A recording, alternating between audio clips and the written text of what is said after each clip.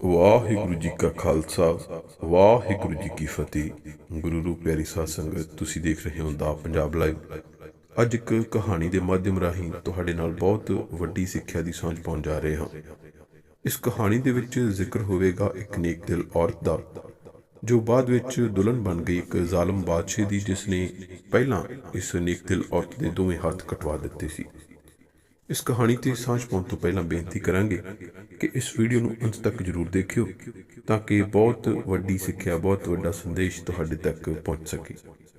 ਆਓ ਹੁਣ ਆਪਾਂ ਸਾਂਝ ਪਾਉਣੇ ਹਾਂ ਅੱਜ ਦੀ ਇਸ ਕਹਾਣੀ ਦੀ। ਬਹੁਤ ਪੁਰਾਣੇ ਸਮੇਂ ਦੀ ਗੱਲ ਹੈ ਕਿ ਇੱਕ ਬਾਦਸ਼ਾਹ ਸੀ।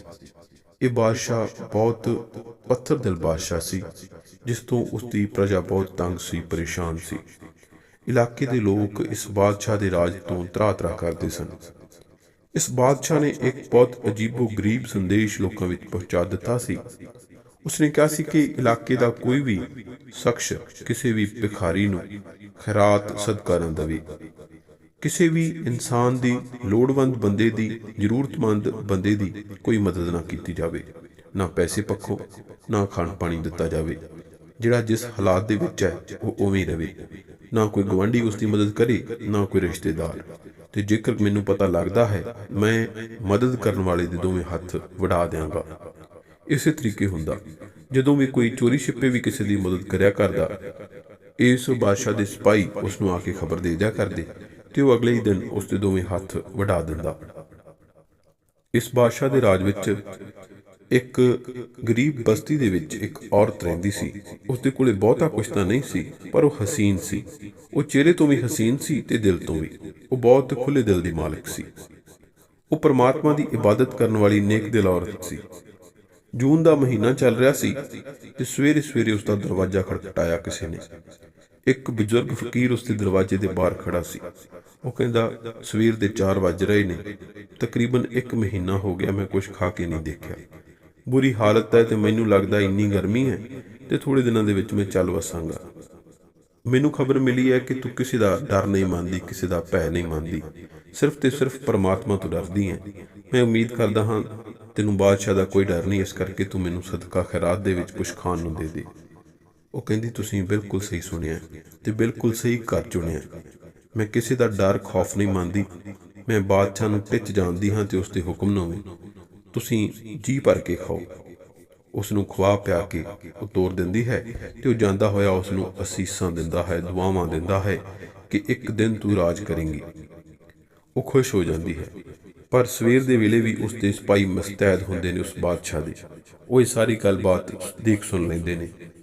ਉਹ ਇਹ ਖਬਰ ਜਾ ਕੇ ਬਾਦਸ਼ਾਹ ਨੂੰ ਦੇ ਦਿੰਦੇ ਨੇ ਤੇ ਦਿਨ ਚੜ੍ਹਦੇ ਦੇ ਨਾਲ ਹੀ ਉਸ ਨੂੰ ਦਰਬਾਰ ਬੁਲਾ ਕੇ ਬਹੁਤ ਭਿਆਨਕ ਸਜ਼ਾ ਦੇ ਦਿੱਤੀ ਜਾਂਦੀ ਹੈ। ਉਸ ਦੇ ਦੋਨੋਂ ਹੱਥ ਵੱਢ ਦਿੱਤੇ ਜਾਂਦੇ ਨੇ। ਉਹ ਉੱਥੋਂ ਵਾਪਸ ਆਪਣੇ ਘਰ ਆ ਜਾਂਦੀ ਹੈ ਤੇ ਕਿਸੇ ਦਾ ਮਨ ਦੇ ਵਿੱਚ ਉਹਦੇ ਜ਼ਰਾ ਭਰ ਵੀ ਇਸ ਚੀਜ਼ ਦਾ ਡਰ ਨਹੀਂ ਹੁੰਦਾ, ਡੁੱਕਰ ਨਹੀਂ ਹੁੰਦਾ, ਪਛਤਾਵਾ ਨਹੀਂ ਹੁੰਦਾ ਕਿ ਮੈਂ ਇੱਕ ਬੰਦੇ ਨੂੰ 2 ਰੋਟੀਆਂ ਖਵਾਈਆਂ ਨੇ। ਉਹ ਇਸ ਗੱਲ ਤੇ ਖੁਸ਼ ਹੁੰਦੀ ਹੈ ਕਿ ਜੇ ਮੈਂ ਸਦਕਾ ਇਬਾਦਤ ਦਿੱਤਾ ਹੈ ਤੇ ਉਸ ਦਾ ਜੇ ਇਹ ਮੈਨੂੰ परिणाम मिल गया, ये नतीजा मिल गया, तो मैनू कोई इस चीज़ का दुख नहीं। मैं परमात्मा के दिते संदेश ते चली हाँ, मैं सरबत के भले मन्निया है। इस तो बाद की हुंदा है कि वह बादशाह दोबारा तो आपदे राज विच दहशत फैलाउण लग पैंदा है। ते एक दिन वो आपदियां घरवालियां नाल, उसते 4 विआह होए सी, 4 शादियां सी, आपदियां घरवालियां नाल कहंदा है कि मैं एक विआह होर करवाउणा है। इस बार मैं आपदे राज की सब तो हसीन औरत दे नाल विआह करवाउणा है। ਇਹ ਗੱਲ ਉਹ ਆਪਦੀ ਮਾਂ ਨਾਲ ਵੀ ਜਾ ਕੇ ਕਰਦਾ ਹੈ। ਉਸਦੀ ਮਾਂ ਕਹਿੰਦੀ ਕਿ ਮੈਂ ਇਸ ਇਲਾਕੇ ਦੀ ਸਭ ਤੋਂ ਹਸੀਨ ਔਰਤ ਨੂੰ ਜਾਣਦੀ ਹਾਂ, ਪਰ ਸ਼ਾਇਦ ਉਹ ਤੇਰੇ ਨਾਲ ਵਿਆਹ ਨਾ ਕਰਵਾਵੇ, ਕਿਉਂਕਿ ਤੂੰ ਉਸ ਨੂੰ ਸਜ਼ਾ ਦਿੱਤੀ ਹੈ, ਤੂੰ ਉਸ ਦੇ ਦੋਨੋਂ ਹੱਥ ਵੱਢ ਦਿੱਤੇ ਨੇ। ਉਸਦੀ ਮਾਂ ਚਾਹੁੰਦੀ ਸੀ ਕਿ ਇਸ ਬੰਦੇ ਦਾ ਵਿਆਹ, ਮੇਰੇ ਪੁੱਤਰ ਦਾ ਵਿਆਹ ਉਸ ਔਰਤ ਨਾਲ ਹੋਵੇ। ਉਹ ਜਾਣਦੀ ਸੀ ਕਿ ਉਹ ਪਰਮਾਤਮਾ ਤੋਂ ਬਿਨਾਂ ਕਿਸੇ ਤੋਂ ਨਹੀਂ ਡਰਦੀ। ਉਸ ਨੂੰ ਉਸ ਦਾ ਅੰਦਾਜ਼ ਵੀ ਪਸੰਦ ਆਇਆ ਸੀ, ਇਸ ਕਰਕੇ ਉਸਨੇ ਉਸ ਨੂੰ ਜਾਣ ਬੁੱਝ ਕੇ ਉਹਦੇ ਨਾਲ ਵਿਆਹ ਕਰਵਾਉਣ ਲਈ ਕਿਹਾ। राजे ने अपना लामो लश्कर नाल लिया तो उन्होंने घर चलिया गया। जाके उस औरत की मां नूं कहा कि मैं ये नाल विआह करवाउणा है। उस औरत ने फट मना कर दिता कि नहीं, तू जालम है, तू गरीबां मस्कीनां बारे रत्ती भर भी नहीं सोचदा, ते जे कोई तेरे इलाके का बंदा उन्हां बारे सोचदा है तू उन्हां दे उत्ते जुल्म करदा है। ਇਸ ਤੋਂ ਬਾਅਦ ਉਸ ਔਰਤ ਦੀ ਮਾਂ ਉਸ ਨੂੰ ਅੰਦਰ ਲੈ ਗਈ। ਉਹ ਕਹਿੰਦੀ ਇਹ ਜ਼ਾਲਮ ਬਾਦਸ਼ਾਹ ਹੈ, ਪਹਿਲਾਂ ਇਸਨੇ ਤੇਰੇ ਹੱਥ ਵਢਾਏ ਨੇ, ਹੁਣ ਹੋ ਸਕਦਾ ਕਿ ਤੂੰ ਮਨਾ ਕਰ ਦੇਵੇ ਤੇ ਸਿਰ ਵੀ ਕਲਮ ਕਰ ਦੇਵੇ। ਉਹ ਕਹਿੰਦੀ ਮੈਂ ਨਹੀਂ ਡਰਦੀ। ਕਹਿੰਦੀ ਠੀਕ ਹੈ, ਤੂੰ ਨਹੀਂ ਡਰਦੀ, ਇੱਕ ਚੀਜ਼ ਦੇਖ, ਜੇ ਤੂੰ ਇਸ ਰਾਜੇ ਦੀ ਰਾਣੀ ਬਣਦੀ ਹੈ ਤੇ ਹੋ ਸਕਦਾ ਹੈ ਕੱਲ ਨੂੰ ਇਸ ਦਾ ਹਿਰਦੇ ਪਰਿਵਰਤਨ ਕਰਵਾ ਦੇਵੇ, ਕੱਲ ਨੂੰ ਇਹ ਸਹੀ ਰਸਤੇ ਦੇ ਉੱਤੇ ਆ ਜਾਵੇ, ਕੱਲ ਨੂੰ ਇਹ ਬੰਦਿਆਂ ਵਾਂਗੂ ਸੋਚਣ ਲੱਗ ਪਵੇ, ਆਪਦੇ ਇਲਾਕੇ ਬਾਰੇ ਸੋਚੇ, ਮਾੜੇ ਸੰਦੇਸ਼ ਵਾਪਸ ਲੈ ਲਵੇ, ਭਲਾਈ ਦੇ ਕੰਮ ਕਰੇ, ਚੰਗਿਆਈ ਦੇ ਕੰਮ ਕਰੇ। ਉਸ ਨੂੰ ਆਪਦੀ ਮਾਂ ਦਾ ਸੁਝਾਅ ਪਸੰਦ ਆਇਆ ਤੇ ਉਹ ਰਾਜੇ ਦੇ ਨਾਲ ਵਿਆਹ ਕਰਵਾਉਣ ਲਈ ਰਾਜੀ ਹੋ ਗਈ।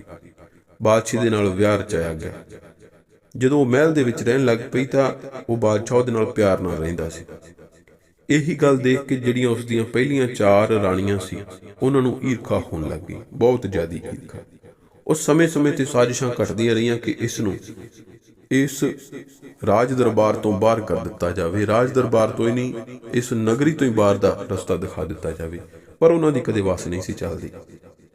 ਇੱਕ ਵਾਰ ਰਾਜੇ ਨੂੰ ਬਹੁਤ ਜ਼ਰੂਰੀ ਕੰਮ ਲਈ ਕਿਸੇ ਹੋਰ ਰਾਜ ਜਾਣਾ ਪੈ ਗਿਆ, ਉਹ ਵੀ ਲੰਬੇ ਸਮੇਂ ਲਈ। ਇਸੇ ਵਿੱਚ ਹੀ ਇਹ ਜਿਹੜੀ ਨੇਕ ਦਿਲ ਔਰਤ ਹੈ, ਇਸ ਦੇ ਘਰ ਇੱਕ ਪੁੱਤਰ ਨੇ ਜਨਮ ਲਿਆ ਤੇ ਇਹਨਾਂ ਨੇ ਰਾਣੀਆਂ ਨੇ ਜਿਹੜੀਆਂ ਈਰਖਾ ਮੰਨਦੀਆਂ ਸੀ, ਉਹਨਾਂ ਨੇ ਸਭ ਤੋਂ ਬਿਹਤਰ ਸਮਾਂ ਮੰਨਿਆ। ਉਹਨਾਂ ਨੇ ਉਸ ਰਾਜੇ ਨੂੰ ਇੱਕ ਚਿੱਠੀ ਲਿਖ ਦਿੱਤੀ। ਚਿੱਠੀ ਪੱਤਰ ਦੇ ਵਿੱਚ ਲਿਖਿਆ ਕਿ ਤੇਰੀ ਨਵੀਂ ਰਾਣੀ ਨੇ ਇੱਕ ਪੁੱਤਰ ਨੂੰ ਜਨਮ ਦਿੱਤਾ ਹੈ ਤੇ ਸਾਡੇ ਕੋਲੇ ਇਸ ਚੀਜ਼ ਦੇ ਸਬੂਤ ਵੀ ਨੇ ਕਿ ਇਹ ਪੁੱਤਰ ਤੇਰਾ ਨਹੀਂ। ਭਾਵ ਉਸ ਤੇ ਬਹੁਤ ਵੱਡਾ ਇਲਜ਼ਾਮ ਲਾ ਦਿੱਤਾ। ਰਾਜਾ ਬਾਦਸ਼ਾਹ ਜੋ ਕਿ ਦਿਮਾਗੋਂ ਪਹਿਲਾਂ ਹੀ ਪੈਦਲ ਸੀ, ਉਸਨੇ ਕੁਛ ਨਹੀਂ ਦੇਖਿਆ, ਕੁਛ ਨਹੀਂ ਸੁਣਿਆ। ਉੱਥੋਂ ਪੱਤਰ ਦਾ ਜਿਹੜਾ ਸੀ ਇੱਕ ਹੋਰ ਖੱਤ ਮੋੜਵਾਂ ਲਿਖ ਦਿੱਤਾ ਕਿ ਇਸ ਨੂੰ ਧੱਕੇ ਮਾਰ ਕੇ ਬਾਹਰ ਕਰ ਦਿਓ, ਇਸ ਦੇ ਗਲ ਵਿੱਚ ਝੋਲਾ ਪਾ ਦਿਓ, ਕਿਉਂਕਿ ਇਸ ਦੇ ਹੱਥ ਨਹੀਂ ਹੈ, ਝੋਲੇ ਦੇ ਵਿੱਚ ਇਹਦਾ ਪੁੱਤਰ ਪਾ ਕੇ ਇਸ ਨੂੰ ਰਾਜ ਵਿੱਚੋਂ ਬਾਹਰ ਕਰ ਦਿਓ। ਇਸੇ ਤਰ੍ਹਾਂ ਹੋਇਆ, ਬਾਦਸ਼ਾਹ ਦੇ ਹੁਕਮ ਤੇ ਅਮਲ ਕੀਤਾ ਗਿਆ, ਉਸ ਨੂੰ ਰਾਜ ਤੋਂ ਬਾਹਰ ਕੱਢ ਦਿੱਤਾ ਗਿਆ, ਦੂਰ ਛੱਡ ਆਏ ਸੰਘਣੇ ਜੰਗਲਾਂ ਦੇ ਵਿੱਚ। ਹੁਣ ਉੱਥੇ ਰੋਂਦੀ ਵਿਲਕਦੀ ਹੈ, ਕੋਈ ਨਹੀਂ ਆਉਂਦਾ। ਉਹ ਕਹਿੰਦੀ ਮੇਰੇ ਪੁੱਤਰ ਨੇ ਦੁੱਧ ਪੀਣਾ ਹੈ, ਪਾਣੀ ਪੀਣਾ ਹੈ, ਮੇਰੇ ਹੱਥ ਨਹੀਂ ਨੇ। ਕੋਈ ਨਹੀਂ ਉੱਥੇ ਬੋੜਦਾ, ਹੱਥ ਨਹੀਂ ਬਲਕਿ ਉਹਦੀਆਂ ਬਾਹਾਂ ਹੀ ਕਲਮ ਕੀਤੀਆਂ ਹੋਈਆਂ ਸੀ। ਇਸ ਕਰਕੇ ਉਹ ਕਿਸੇ ਵੀ ਤਰੀਕੇ ਆਪਦੀ ਪੁੱਤਰ ਦੀ ਕੋਈ ਮਦਦ ਨਹੀਂ ਸੀ ਕਰ ਸਕਦੀ। ਰੋਂਦੀ ਕਰਲਾਉਂਦੀ ਉਹ ਇੱਕ ਨਦੀ ਦੇ ਕੰਢੇ ਜਾ ਪਹੁੰਚੀ, ਪਰ ਉਸਨੂੰ ਸਮਝ ਨਹੀਂ ਸੀ ਆ ਰਿਹਾ ਕਿ ਮੈਂ ਪੁੱਤਰ ਨੂੰ ਪਾਣੀ ਪਿਆਵਾਂ ਤੇ ਪਿਆਵਾਂ ਕਿਵੇਂ। ਉਹ ਜੱਦੋ ਜਹਿਦ ਕਰ ਰਹੀ ਸੀ। ਇਸੇ ਜੱਦੋ ਜਹਿਦ ਦੇ ਵਿੱਚ ਉਹਦੇ ਗਲ ਵਾਲਾ ਝੋਲਾ ਉਹਦੇ ਗਲ ਚੋਂ ਨਿਕਲ ਗਿਆ ਤੇ ਪੁੱਤਰ ਉਹਦਾ ਨਦੀ ਦੇ ਵਿੱਚ ਰੁੜ ਗਿਆ। ਪਰਮਾਤਮਾ ਦੇ ਅੱਗੇ ਦੁਆਵਾਂ ਕਰ ਰਹੀ ਕਿ ਮੈਂ ਤੇਰਾ ਕਦੇ ਮਾੜਾ ਨਹੀਂ ਕੀਤਾ ਤੇ ਤੂੰ ਮੈਨੂੰ ਕੀ ਸਲਾਹ ਦੇ ਰਿਹਾ ਆਪਣੀ ਪੂਜਾ ਭਗਤੀ ਦਾ। ਇਸੇ ਦੌਰਾਨ ਇੱਕ ਲੰਮਾ ਚੌੜਾ ਸ਼ਖਸ ਉੱਥੇ ਆਉਂਦਾ ਹੈ।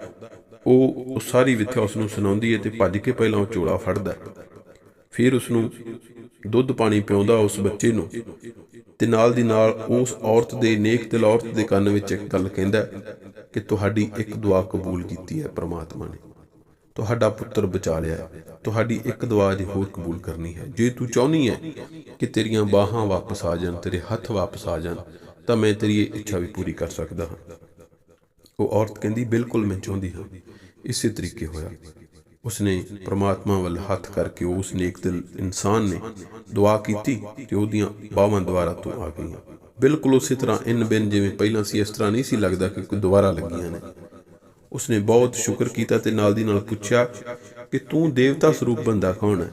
ਤਾਂ ਉਹ ਕਹਿੰਦਾ ਕਿ ਮੈਂ ਦੇਵਤਾ ਸਰੂਪ ਬੰਦਾ ਨਹੀਂ, ਜਿਹੜੀ ਤੂੰ ਨੇਕੀ ਕੀਤੀ ਸੀ, ਜੂਨ ਦੇ ਮਹੀਨੇ ਵਿੱਚ ਇੱਕ ਫਕੀਰ ਨੂੰ 2 ਰੋਟੀਆਂ ਦਿੱਤੀਆਂ ਸੀ, ਇਹ 2 ਰੋਟੀਆਂ ਦੇ ਬਦਲੇ ਤੇਰੀਆਂ 2 ਖੁਆਇਸ਼ਾਂ ਪੂਰੀਆਂ ਕੀਤੀਆਂ ਗਈਆਂ ਨੇ। ਉਧਰ ਜਿਹੜਾ ਬਾਦਸ਼ਾਹ ਸੀ ਉਹ ਆਪਦੀ ਜਿੱਥੇ ਗਿਆ ਸੀ ਉੱਥੋਂ ਵਾਪਸ ਆਪਦੇ ਰਾਜ ਵਿੱਚ ਪਰਤ ਆਇਆ ਤੇ ਉਸ ਦੀ ਮਾਂ ਨੇ ਉਸ ਨੂੰ ਦੱਸਿਆ ਕਿ ਜਿਹੜੀ ਤੂੰ ਗਲਤੀ ਕੀਤੀ ਹੈ, ਪਹਿਲਾਂ ਬੱਜਰ ਗਲਤੀ ਉਸ ਨੇਕ ਦਿਲ ਔਰਤ ਦੀਆਂ ਬਾਹਾਂ ਵੱਢ ਕੇ ਕੀਤੀ ਸੀ, ਦੂਜੀ ਗਲਤੀ ਤੂੰ ਉਸ ਨੂੰ ਰਾਜ ਮਹਿਲ ਤੋਂ ਬਾਹਰ ਕੱਢ ਕੇ ਕੀਤੀ ਹੈ। ਤੇਰੀਆਂ 4 ਬੀਵੀਆਂ ਉਸ ਤੋਂ ਈਰਖਾ ਮੰਨਦੀਆਂ ਸਨ ਕਿਉਂਕਿ ਉਹ ਨੇਕ ਦਿਲ ਔਰਤ ਸੀ, ਇਹ ਉਹ ਤੋਂ ਪਰੇਸ਼ਾਨ ਰਹਿੰਦੀਆਂ ਸਨ। ਤੇ ਉਸ ਤੋਂ ਵੱਡੀ ਗੱਲ, ਇਹਨਾਂ ਦੇ ਘਰੇ ਕੋਈ ਪੁੱਤਰ ਨਹੀਂ ਸੀ ਹੋਇਆ, ਕੋਈ ਪੁੱਤਰੀ ਨਹੀਂ ਸੀ ਹੋਈ ਤੇ ਉਸਨੇ ਇੱਕ ਬੱਚੇ ਨੂੰ ਜਨਮ ਦੇ ਦਿੱਤਾ ਸੀ। ਇਹਦੇ ਕਰਕੇ ਇਹਨਾਂ ਤੋਂ ਇਹ ਚੀਜ਼ ਜਰੀ ਨਹੀਂ ਗਈ। ਇਹਨਾਂ ਤੈਨੂੰ ਪੱਤਰ ਲਿਖਿਆ ਤੇ ਤੂੰ ਜਿਹੋ ਜਿਹਾ ਤੇਰਾ ਦਿਮਾਗ ਸੀ ਉਹੋ ਜਿਹਾ ਤੂੰ ਵਰਤ ਲਿਆ। ਉਸ ਬੰਦੇ ਨੂੰ ਆਪਣੀ ਗਲਤੀ ਦਾ ਅਹਿਸਾਸ ਹੋਇਆ। ਉਸ ਬਾਦਸ਼ਾਹ ਦੀ ਮਾਂ ਨੇ ਉਹਨੂੰ ਕਿਹਾ ਕਿ ਹੁਣੇ ਫੌਜਾਂ ਨੂੰ ਭੇਜ, ਆਪਦੇ ਸਿਪਾਹੀਆਂ ਨੂੰ ਭੇਜ, ਜਿੱਥੋਂ ਵੀ ਉਹ ਨੇਕ ਦਿਲ ਔਰਤ ਮਿਲਦੀ ਹੈ ਉੱਥੋਂ ਬਾ ਇੱਜ਼ਤ ਉਹਨੂੰ ਵਾਪਸ ਮਹਿਲ ਵਿੱਚ ਲੈ ਕੇ ਆਉਣ ਤੇ ਨਾਲ ਹੀ ਤੇਰੇ ਬੱਚੇ ਨੂੰ। ਉਸ ਰਾਜੇ ਨੂੰ ਆਪਣੀ ਗਲਤੀ ਸਮਝ ਆ ਗਈ। ਉਹ ਸਿਪਾਹੀਆਂ ਦੇ ਨਾਲ ਖੁਦ ਵੀ ਨਿਕਲ ਪਿਆ ਉਸ ਨੂੰ ਲੱਭਣ ਲਈ ਤੇ ਅਗਲੇ ਦਿਨ ਸ਼ਾਮ ਤੱਕ ਉਸਨੇ ਉਸ ਔਰਤ ਨੂੰ ਲੱਭ ਲਿਆ ਤੇ ਜਦੋਂ ਬਾਹਾਂ ਦੇਖੀਆਂ ਤੇ ਉਹ ਚੰਗੀ ਤਰ੍ਹਾਂ ਸਮਝ ਗਿਆ ਕਿ ਇਹ ਨੇਕ ਦਿਲ ਨਹੀਂ ਬਲਕਿ ਇੱਕ ਫਰਿਸ਼ਤਾ ਵੀ ਹੈ, ਪਰਮਾਤਮਾ ਦੀ ਖਾਸ ਕਿਸਮ ਦੀ ਕਿਰਪਾ ਇਹਦੇ ਉੱਤੇ ਹੈ। ਉਸ ਦੇ ਪੈਰੀ ਪੈ ਗਿਆ, ਪੈਰੀ ਪੈ ਕੇ ਮਾਫੀ ਮੰਗੀ। ਵਾਪਸ ਉਸ ਨੂੰ ਮਹਿਲ ਦੇ ਵਿੱਚ ਲੈ ਆਇਆ ਤੇ ਮਹਿਲ ਵਿੱਚ ਸਾਰਿਆਂ ਦੇ ਸਾਹਮਣੇ ਆ ਕੇ ਕਿਹਾ ਕਿ ਮੇਰੇ ਤੋਂ ਬਹੁਤ ਵੱਡੇ ਬਜਰ ਗੁਨਾਹ ਹੋਏ ਨੇ। ਸਭ ਤੋਂ ਪਹਿਲੀ ਗੱਲ ਤੇ ਮੈਂ ਆਪਦੇ ਜਿੰਨੇ ਵੀ ਮਾੜੇ ਮੈਂ ਫਰਮਾਨ ਜਾਰੀ ਕੀਤੇ ਨੇ ਉਹ ਵਾਪਸ ਲੈਂਦਾ ਹਾਂ। ਮੈਨੂੰ ਅੱਜ ਪਤਾ ਲੱਗ ਗਿਆ ਕਿ ਮੇਰੀ ਘਰਵਾਲੀ ਨੇ ਕਿਸੇ ਵੇਲੇ ਨੇਕੀ ਕੀਤੀ ਸੀ, ਕਿਸੇ ਫਕੀਰ ਬਾਬੇ ਨੂੰ 2 ਪ੍ਰਸ਼ਾਦੇ ਦਿੱਤੇ ਸੀ, ਉਹਦੇ ਬਦਲੇ ਮੈਂ ਇਹਦੀਆਂ ਬਾਹਾਂ ਵੀ ਵਡਵਾਈਆਂ ਸੀ, ਪਰ ਉਹ 2 ਪ੍ਰਸ਼ਾਦਿਆਂ 'ਤੇ ਇੰਨੀ ਇਹਦੀ ਦਾਨ ਦੀ ਤਾਕਤ ਸੀ, ਉਹ 2 ਪ੍ਰਸ਼ਾਦਿਆਂ ਦੀ ਵਜ੍ਹਾ ਕਰਕੇ ਇਸ ਨੂੰ ਸਾਡਾ ਪੁੱਤਰ ਵਾਪਸ ਮਿਲ ਗਿਆ, ਇਸ ਨੂੰ ਆਪਦੀਆਂ ਬਾਹਾਂ ਵਾਪਸ ਮਿਲ ਗਈਆਂ। ਮੈਂ ਸਮਝ ਗਿਆ ਸਦਕੇ ਖੈਰਾਤ ਦੇ ਵਿੱਚ, ਕਿਸੇ ਨੂੰ ਦਾਨ ਦੇਣ ਦੇ ਵਿੱਚ ਕਿੰਨੀ ਤਾਕਤ ਹੈ। ਅੱਜ ਤੋਂ ਹਰ ਬੰਦੇ ਨੂੰ ਪੂਰੀ ਆਜ਼ਾਦੀ ਆ, ਖੁੱਲ੍ਹ ਹੈ ਕਿ ਉਹ ਰਾਜ ਵਿੱਚ ਜਿੱਥੇ ਜੀ ਕਰੇ, ਜਿੰਨਾ ਜੀ ਕਰੇ ਉਹ ਦਾਨ ਕਰ ਸਕਦਾ ਹੈ, ਜਿਹਨੂੰ ਜੀ ਕਰੇ ਉਹ ਦਾਨ ਕਰ ਸਕਦਾ ਹੈ।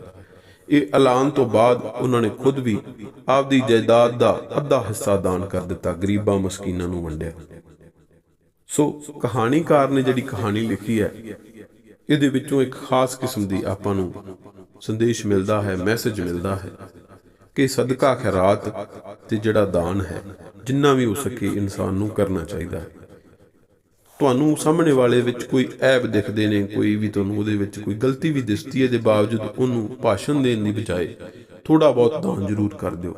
ਜਿਹੜਾ ਮੰਗਣ ਆਉਂਦਾ ਹੈ ਉਹਦੇ ਪਤਾ ਨਹੀਂ ਕਿੱਡੀ ਕੁ ਵੱਡੀ ਮਜਬੂਰੀ ਹੁੰਦੀ ਹੈ, ਪਤਾ ਨਹੀਂ ਉਹਨੇ ਆਪਦਾ ਕੀ ਕੁਛ ਦਾਅ ਤੇ ਲਾਇਆ ਹੁੰਦਾ ਹੈ ਜਦੋਂ ਕਿਸੇ ਕੋਲੋਂ ਕੋਈ ਚੀਜ਼ ਮੰਗ ਲੈਂਦਾ ਹੈ। ਸੋ ਇਸ ਕਰਕੇ ਇਹ ਸਮਝਿਆ ਕਰੋ ਕਿ ਪ੍ਰਮਾਤਮਾ ਨੇ ਮੈਨੂੰ ਬਥੇਰਾ ਦਿੱਤਾ ਹੈ, ਜੇ ਕੋਈ ਮੇਰੇ ਦਰ ਤੇ ਮੰਗਣ ਆਇਆ ਹੈ, ਜੇ ਕੋਈ ਮੇਰੇ ਘਰ ਤੇ ਮੰਗਣ ਆਇਆ ਹੈ। ਇਸ ਕਰਕੇ ਕਦੀ ਵੀ ਕਿਸੇ ਨੂੰ ਨਿਰਾਸ਼ ਨਾ ਕਰੋ। ਤੇ ਜੇ ਕੋਈ ਹੋਰ ਦਾਨ ਦਿੰਦਾ, ਕਈ ਵਾਰ ਹੁੰਦੇ ਸਾਨੂੰ ਆਦਤ ਹੁੰਦੀ ਹੈ ਕਿਸੇ ਨੂੰ ਰੋਕ ਦਿੰਦੇ ਆ, ਨਹੀਂ, ਜਿਹੜਾ ਕੋਈ ਦਾਨ ਕਰਦਾ ਹੈ, ਜਿਵੇਂ ਵੀ ਕੋਈ ਦਾਨ ਕਰਦਾ ਹੈ, ਉਸ ਨੂੰ ਕਰਨ ਦਿਓ, ਕਦੇ ਨਾ ਰੋਕੋ। ਪਰਮਾਤਮਾ ਜ਼ਰੂਰ ਮਿਹਰ ਕਰਦਾ ਹੈ, ਜ਼ਰੂਰ ਕਿਰਪਾ ਕਰਦਾ ਹੈ ਦਾਨ ਕਰਨ ਵਾਲਿਆਂ ਤੇ।